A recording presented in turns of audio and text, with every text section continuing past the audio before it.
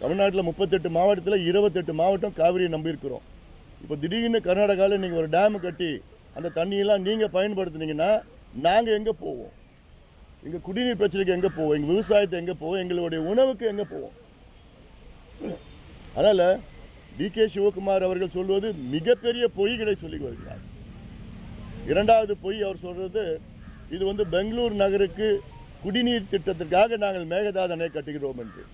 பெங்களூர் நகரத்திற்காக கடந்த 2018ஆம் ஆண்டு உச்சநீதிமன்றம் அந்த நடுவர் மன்ற தீர்ப்பை உறுதி செய்கின்ற அந்த தீர்ப்பில் 4.75 TMC தண்ணீர் பெங்களூர் குடிநீருக்காக அதை ஒதுக்கீடு செய்திருக்கிறது. அந்த தண்ணி இன்னைக்கு KRS டேம் மூலமா, கிருஷ்ணராஜசாகர் டேம் மூலமா பெங்களூருக்கு வருது.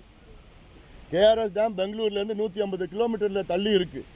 அங்கேருந்து தண்ணி வந்துட்டு இருக்குது. பெங்களூர் நகரத்துக்கு கூடுதலாக இன்னொரு 5 TMC தண்ணி தேவைன்னா அதே டேம்லேருந்து எடுத்துக்கிட்டு போகலாம், யாரும் தடுக்கல. அதுக்கு எதுக்கு புதிய டேம் கட்டணும்? நீங்கள் அது தமிழ்நாட்டு எல்லையில், தமிழ்நாட்டிலேருந்து 4 கிலோமீட்டர் தள்ளி இந்த டேம் கட்ட போகிறாங்களாம். அதுவும் இந்த டேம் 70 TMC கொள்ளளவு கொண்ட டேம். பெங்களூருக்கு கூடுதலாக தேவை இன்னும் 5 TMC தான். 5 TMC தேவையான பெங்களூர் நகரத்துக்கு எதுக்கு 70 TMC கொள்ளளவு கொண்ட அணையை நீங்கள் கட்டுறீங்க?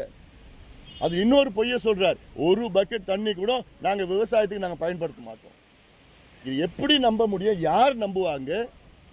இதுவரைக்கும் கர்நாடகா உச்சநீதிமன்ற தீர்ப்பே மதிக்கல, காவிரி நடுவர் மன்ற தீர்ப்பை மதிக்கல, பல ஒப்பந்தங்கள், கடந்த கால ஒப்பந்தங்கள் எதையுமே மதிக்கல. நீங்க கர்நாடகா மேல இருக்கிறாங்க, முதல் மடை மாநிலம், கொடுக்கிற இடத்துல இருக்கிறாங்க, நம்ம வாங்குற இடத்துல இருக்கிறோம். நாளைக்கு டேமை கட்டி முடிச்சுட்டு இல்ல நாங்க இதுக்கு பாசனத்துக்கு பயன்படுத்துவோம்னு சொன்னா ஏதாவது எங்களால பண்ண முடியுமா?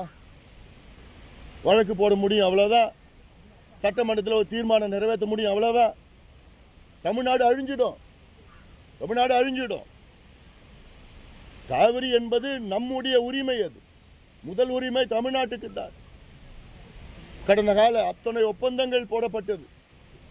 1924 போடப்பட்ட ஒப்பந்தம் மெட்ராஸ் மாகாணம், மெட்ராஸ் பிரசிடென்சிக்கும் மைசூர் சமஸ்தானம் மகாராஜா, மைசூர் மகாராஜா போடப்பட்ட ஒப்பந்தத்தில் என்னன்னா, அவங்க KRS டேம் கட்டிக்கலாம், நம்ம மேட்டூர் அணையை கட்டிக்கலாம்.